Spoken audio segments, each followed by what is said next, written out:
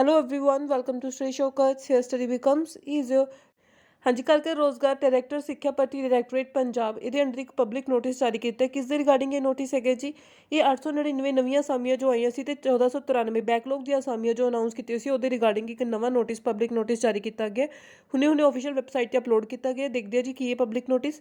ਘਰ ਰੋਜ਼ਗਾਰ ਯੋਜਨਾ ਤਹਿਤ ਸਿੱਖਿਆ ਵਿਭਾਗ ਅਧੀਨ ਮਾਸਟਰ ਕੈਡਰ ਬਾਰਡਰ ਏਰੀਆ ਵਿੱਚ ਸਾਇੰਸ ਦੀਆਂ 518, ਅੰਗਰੇਜ਼ੀ ਦੀਆਂ 380 ਅਤੇ ਮੈਥ ਵਿਸ਼ੇ ਦੀਆਂ 595, ਬੈਕਲੌਗ ਦੀਆਂ ਕੁੱਲ 1493 ਅਤੇ ਅੰਗਰੇਜ਼ੀ ਵਿਸ਼ੇ ਦੀਆਂ 899 ਨਵੀਆਂ ਅਸਾਮੀਆਂ ਨੂੰ ਭਰਨ ਯੋਗ ਉਮੀਦਵਾਰਾਂ ਪਾਸੋਂ ਵਿਭਾਗ ਦੀ ਵੈਬਸਾਈਟ ਆਨਲਾਈਨ ਦਰਖਾਸਤਾਂ ਦੀ ਮੰਗ 1/5/2021 ਤੱਕ ਕੀਤੀ ਗਈ ਸੀ। ਪਰੰਤੂ ਵਿਭਾਗ ਦੀ ਵੈਬਸਾਈਟ ਤੇ ਕੁਝ ਤਕਨੀਕੀ ਖਾਮੀਆਂ ਕਰਕੇ ਉਮੀਦਵਾਰਾਂ ਵੱਲੋਂ ਕਈ ਦਿਨਾਂ ਤੱਕ ਆਨਲਾਈਨ ਅਪਲਾਈ ਨਹੀਂ ਕੀਤਾ ਜਾ ਸਕਿਆ, ਜਿਸ ਕਾਰਨ ਹੁਣ ਉਕਤ ਭਰਤੀਆਂ ਵਿੱਚ ਅਪਲਾਈ ਕਰਨ ਦੀ ਮਿਤੀ 17/5/2021 ਤੱਕ ਵਾਧਾ ਕੀਤਾ ਜਾਂਦਾ ਹੈ। ਬਾਕੀ ਸ਼ਰਤਾਂ ਜਿਹੜੀ ਵਿਭਾਗ ਦੀ ਵੈਬਸਾਈਟ ਤੇ ਉਪਲਬਧ ਵਿਗਿਆਪਨ ਅਨੁਸਾਰ ਹੀ ਹੋਣਗੀਆਂ।